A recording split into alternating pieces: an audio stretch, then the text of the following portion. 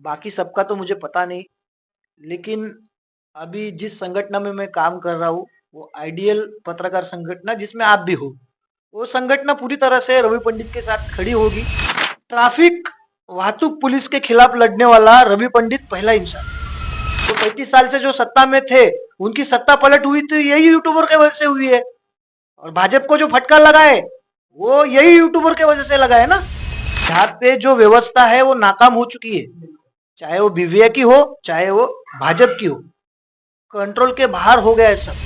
तो कौन कहता है रवि पंडित अकेला है? कौन है उसके साथ? हम है ना, मैं हूँ, आप है, मेरी टीम है, आपकी टीम है, हम लोग है ना। क्या कहेंगे, वसई विरार शहर में पत्रकारों के ऊपर अब एफआईआर दर्ज हो गई, क्यों ऐसा? अब क्या लगता है कि पत्रकारिता दबने वाली है क्या?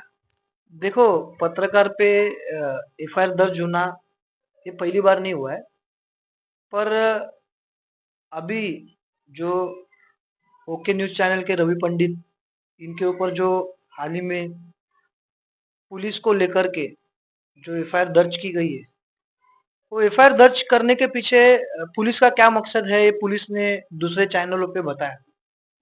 पुलिस ने एफआईआर दर्ज की, उसके बारे में मुझे बोलना मेरा उचित नहीं रहेगा, लेकिन एफआईआर दर्ज होने के बाद हमारे कुछ चैनल ने वो खबर इस तरीके से लगाई जिस तरीके से रवि पंडित ने बहुत बड़ा गुनाह किया।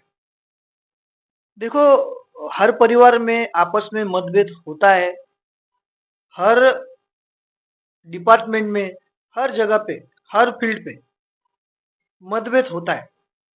पर ये मतभेद इतना नहीं होना चाहिए कि हम हमारे भाई को इस तरह से बदनाम करें, वो अच्छी बात नहीं।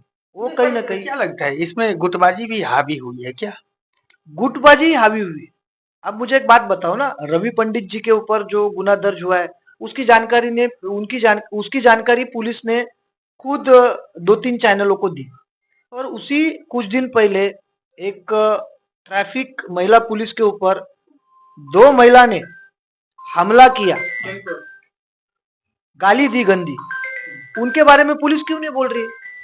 उसकी जानकारी भी तो पुलिस को देना अनिवार्य है ना। क्या उस वजह से पुलिस की प्रतिमा मलिन नहीं हो रही?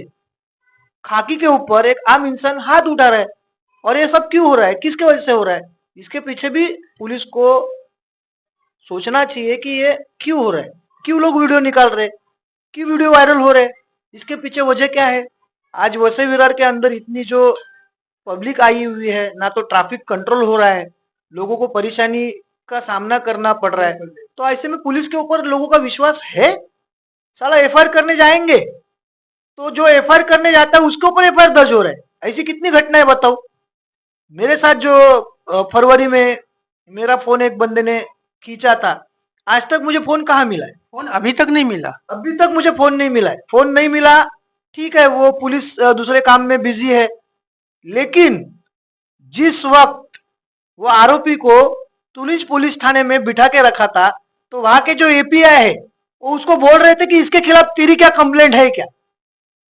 तो अगर ऐसा काम पुलिस करेगी तो पुलिस के ऊपर उंगली नहीं उठेगी? तो पुलिस इस तरह से ये रवैया अपनाना कैसे शुरू कर दिया? कारण क्या लगता है? आप भी पत्रकार हैं, मैं भी हूँ, हम भी समझते हैं, आप भी समझते हैं, ये रिश्वतखोरी का कितना बड़ा खेल चल रहा है, ये तो सबको पता है। भले ही हम प्रूफ नहीं देते हैं, अगर हम बगैर प्रूफ को अगर हम विजुअल दिखा दिए तो एफआईआर दर्ज हो गई। सच क्या है? आपको लगता है कि ये रिश्वतखोरी के कारण ही ऐसा हुआ है, या फिर एक गुटबाजी हावी हो चुकी है अब ऐसे पत्रकारों पे जो सच दिखाना चाहते हैं? देखो, वसई विरार का एक काला सच है। काला सच कितने पत्रकार जानते हैं मुझे नहीं पता, लेकिन एक समय था जब रवि पंडित हम एक साथ काम करते थे, तब रवि पंडित ने बहुत सारे लोगों को न्याय दिलाने का काम किया है। उस वक्त तो पत्रकार फील्ड पे भी नहीं जाते थे, और सिचुएशन ऐसी थी कि एक तरफा न्यूज दिखाना, ये बहुत टाइम पे मैंने देखा है। देखो, पत्रकारिता ये उल्टे प्रवाह से चलती है। सत्ता के विरोध में पत्रकार को हमेशा खड़ा होना चाहिए, लेकिन यहाँ पर जिस तरीके की पत्रकारिता शुरू है, उसके बारे में मैं क्या कहूँ। मुझे खुद कभी कभी आईना देखना पड़ता है। देखो, हमको शौक नहीं है चिल्लाकर बात करना, लेकिन हम पत्रकार के साथ एक इंसान है, साथ में पत्रकार है। जब गलत चीज होती है तो क्या वो दिखाना गलत है? गलत है क्या? एक सवाल पैदा होता है, 150 से ज्यादा पत्रकार यहाँ पे है और आज रवि पंडित अकेला पड़ा हुआ है, क्या होगा ऐसा? ये कौन कहता है रवि पंडित अकेला है? कौन है उसके साथ? हम है ना, मैं हूँ, आप है, मेरी टीम है, आपकी टीम है, हम लोग है ना। पांडव कितने थे? पांडव कितने थे? बिल्कुल, 5 ही थे, कौरव कितने थे? सैकड़ों में। जीत किसकी हुई? सच की जीत होगी। तो सच के साथ कौन खड़ा रहता है ये मायने नहीं रखता है, पर लेकिन एक सवाल पैदा होता है, यूट्यूब चैनल है, विजुअल चली और सिर्फ एक जो उसका लिख दिया गया थंबनेल में, उसको लेकर के इतना बड़ा कार्रवाई कर देगा पुलिस। और ये वसई विरार की पुलिस इतनी तेजी जो दिखाया, तो उस महिला कांस्टेबल के लिए क्यों नहीं दिखाया? ये भी तो सवाल है कि कौन जवाब देगा इसका? देखो, इसका एक हिसाब से अगर आप आकलन लगाना चाहेंगे तो जिस महिला को दो महिला ने मारा है, उसके कुछ दिन पहले उस महिला का एक वीडियो अपने चैनल पे भी वायरल हुआ है और हाल ही में वो सारे लॉगर ने वो वीडियो उठाया था। हमारा कहना यह है कि अगर पुलिस अपना कर्तव्य सही ढंग से निभाएगी तो हम क्यों उनके विरोध में खड़े रहेंगे। हम ऐसे पुलिस वालों को सैल्यूट करते हैं कि जो धूप में बारिश में अपना काम कर्तव्य के साथ करते। ये दाग खाकी वर्दी पे नहीं है, ये दाग खाकी वर्दी के अंदर जो इंसान है, जो आज पैसा लेकर के काम कर रहा है, आज ट्रैफिक कंट्रोल नहीं हो रहा है। और मैं आपको ये बताना चाहता हूं, ट्रैफिक वाहतूक पुलिस के खिलाफ लड़ने वाला रवि पंडित पहला इंसान है। वो ही है कि जिसने ट्रैफिक पुलिस किस तरीके से काम करती है वो दिखाया है। और काफी समय तक रिक्शा वाले किस तरीके से काम कर रहे हैं, रिक्शा वालों की वजह से कितना लोगों को तकलीफ हो रही, ये दिखाने वाला भी रवि पंडित ही था ना। क्या होगा, ये टकराव बढ़ेगा या खत्म होगा? देखो, मैं तो ये कहना चाहता हूँ, रवि पंडित अपने आप में सक्षम है लड़ाई लड़ने के लिए, साथ में वो एक एडवोकेट भी है, तो उनकी लड़ाई वो लड़ेंगे। लेकिन इस लड़ाई में पत्रकार उतर रहे हैं, ये कितनी अच्छी बात है मुझे बता। मैं ये नहीं कहता हूं कि पुलिस गलत है या रवि पंडित सही है, लेकिन जिस तरीके से ये खबरें लगाई जा रही है ना, वो खबरें लगाई जा रही है, तो जो खबर लगा रहे हैं उन लोगों को ये सोचना चाहिए कि आज रवि पंडित का नंबर है, कल आपका हो सकता है, परसों मेरा हो सकता है। जब पुलिस अपने डिपार्टमेंट के साथ खड़ी रह रही है तो हम हमारे पत्रकार के साथ खड़ा रहना चाहिए कि नहीं रहना चाहिए? बिल्कुल रहना चाहिए। तो ये बात सोचने वाली है। देखो, हर पत्रकार पूर्ण नहीं होता है। आज हम काम कर रहे हैं, हमारे पास क्या स्टाफ है? हम हमारा एडिटिंग खुद करते हैं, एक दूसरे का कैमरा पकड़ते हैं। आज यूट्यूबर बनना, यूट्यूब पे खबरें लगाना आसान काम नहीं है, वो भी सच दिखाना आसान काम नहीं है। ये अपने आप में एक बड़ी क्रांति है और यहाँ के विधायक, यहाँ के खासदार, आमदार सब ने ये बात मानी हुई है ना, नहीं ऐसी बात नहीं है। जो 35 साल से जो सत्ता में थे, उनकी सत्ता पलट हुई तो यही यूट्यूबर के वजह से हुई है। और भाजपा को जो फटका लगा है वो यही यूट्यूबर के वजह से लगा है ना। क्या होगा? अंतिम से एक सवाल करता हूं कि वसई विरार के पत्रकार रवि पंडित के लिए कितना आगे आएंगे, आपको क्या लगता है? देखो, बाकी सबका तो मुझे पता नहीं, लेकिन अभी जिस संगठन में मैं काम कर रहा हूँ वो आइडियल पत्रकार संगठन जिसमें आप भी हो, वो संगठन पूरी तरह से रवि पंडित के साथ खड़ी होगी। बराबर है, रवि पंडित जी को जो जो मदद लगेगी वो सारी मदद हम सारे पत्रकार करेंगे। देखो, मतभेद होना ये आम बात है, ये एक दूसरी बात है, लेकिन रवि पंडित एक पत्रकार है, समाज में अच्छा काम कर रहे हैं, लोगों में एक जन जागृति कर रहे हैं, पुलिस कैसा काम कर रही है, पुलिस को कैसा काम करना चाहिए, वाहतूक के नियम को जो अभी हम देखेंगे तो तुलिंज पुलिस स्टेशन के बाजू में जो उल्टी लाइन रिक्शा वाले लगाते, क्यों उनके ऊपर कार्रवाई नहीं होती है? अगर पुलिस सही तरीके से काम करेगी ना तो ये जो अभी ट्रैफिक जाम हो रही है ना, ये रुक सकती है। आज मुझे एक बात बताओ ना, कितने रिक्शा है जो बिना परमिट के चल रहे? तो ये बात बतानी नहीं चाहिए। हजारों की संख्या में है और इस विरार से लेकर के नाला सोपारा में तो बहुत सारे हैं रिक्शा वाले और इनकी तो किसी गाड़ी का पेपर नहीं है, फिटनेस सर्टिफिकेट नहीं, इंश्योरेंस नहीं, फिर भी चल रही है, तो कौन चलने देता है?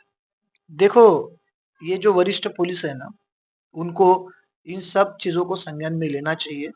आज वसई विरार की जो लोक संख्या है वो लगभग 35,000 क्रॉस कर चुकी है पेपर पे।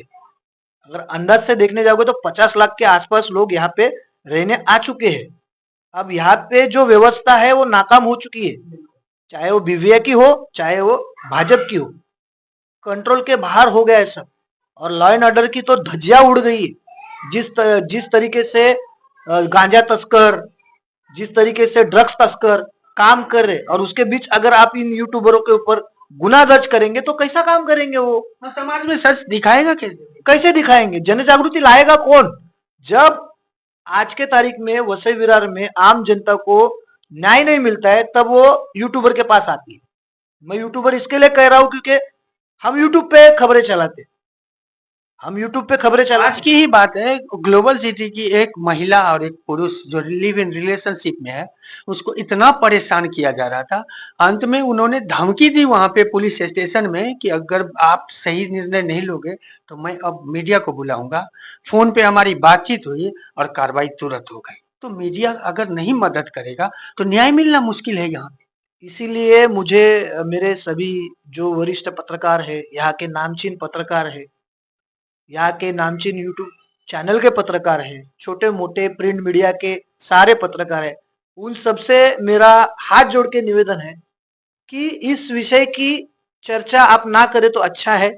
देखो, अगर पुलिस डिपार्टमेंट पुलिस के साथ खड़ा है तो हमें भी हमारे साथी पत्रकार के साथ खड़ा रहना अनिवार्य है। आज रवि पंडित के ऊपर गुना दर्ज हुआ है, कल आपके ऊपर हो सकता है, परसों जिन्होंने खबर लगाई उनके ऊपर भी हो सकता है। एक नया ट्रेंड चलेगा और ये होना नहीं चाहिए, ये रुकना चाहिए। क्योंकि देखो, अगर उन्होंने गलत खबर लगाई है तो पुलिस उनको समझ भी तो दे सकती थी ना। बिल्कुल। पुलिस ने क्या बात की, रवि पंडित क्या जो धारा उनके ऊपर लगी है वो थे क्या स्पॉट पे? नहीं थे, उन्होंने सिर्फ खबर लगाई, बराबर है। तो पुलिस ने एक तरफ से ये मैसेज दिया है कि अगर आप हमारे खिलाफ होंगे तो हम आपके खिलाफ गुना दर्ज कर सकते हैं। देखा आपने, ये थे दीपक कोटेकर और यहाँ के पत्रकारों को संबोधित करते हुए कहा है कि अभी समय है, साथ हो जाइए। ठीक है, पुलिस और पत्रकार की ये टकराव आगे क्या रंग लाएगी वो तो आने वाला समय दिखाएगा, लेकिन सच दिखाने की जो साहस करे उन पे कौन कहां से ब्रेक लगाएगा ये पता नहीं। दोस्तों, प्रतिक्रिया कमेंट के माध्यम से जरूर दें। चैनल को लाइक, सब्सक्राइब और शेयर करना ना भूलें।